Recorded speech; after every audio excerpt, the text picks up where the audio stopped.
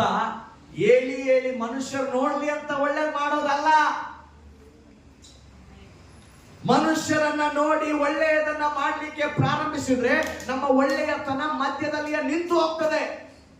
ಯಾಕಂದ್ರೆ ಮನುಷ್ಯರು ನಾವು ಮಾಡುವ ಮೇಲಿಗೆ ಸರಿಯಾಗಿ ಸ್ಪಂದಿಸುವವರಲ್ಲ. ಅವ್ರೇನಾದ್ರೂ ತದ್ವಿರುದ್ಧವಾಗಿ ಏನಾದ್ರೂ ಮಾತನಾಡಿದ್ರೆ ಇಮಿಡಿಯೇಟ್ ಆಗಿ ನಾವು ಆಶೀರ್ವಾದ ಮಾಡೋದನ್ನ ನಿಲ್ಲಿಸ್ತೀವಿ. ಇಮಿಡಿಯೇಟ್ ನಾವು ಅವ್ರನ್ನ ಅರಸೋದನ್ನ ನಿಲ್ಲಿಸ್ತೀವಿ. ಇಮಿಡಿಯೇಟ್ ನಾವು ಮಾಡೋ ಒಳ್ಳೆ ಕಾರ್ಯಗಳನ್ನ ನಿಲ್ಲಿಸ್ಬಿಡ್ತೇವೆ. ಆದ್ರೆ ಬೈಬಲ್ ಹೇಳ್ತದೆ ಏನಂತ?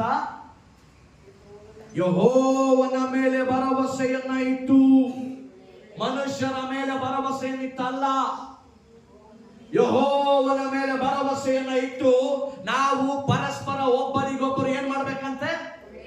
ಜೋರಾಗಿ ಹೇಳ್ರಿ, ಏನ್ ಮಾಡ್ಬೇಕಂತೆ?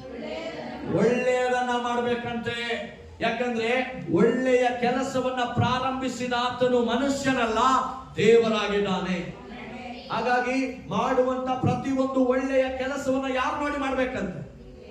ನೀವು ಮನುಷ್ಯರನ್ನ ನೋಡಿ ಮಾಡಿದ್ರೆ ಮಧ್ಯದಲ್ಲಿ ಒಳ್ಳೆಯದನ್ನ ಮಾಡೋದನ್ನ ನಿಲ್ಲಿಸ್ಬಿಡ್ತೀವಿ. ಆಕಾಶ ಮಧ್ಯದಲ್ಲಿ ಒಳ್ಳೆಯದನ್ನ ಮಾಡೋದನ್ನ ನಿಲ್ಲಿಸ್ಬಿಡ್ತೇವೆ. ಯಾಕೆ?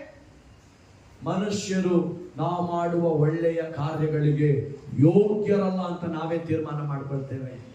ಆದ್ರೆ ಬೈಬಲ್ ಹೇಳ್ತದೆ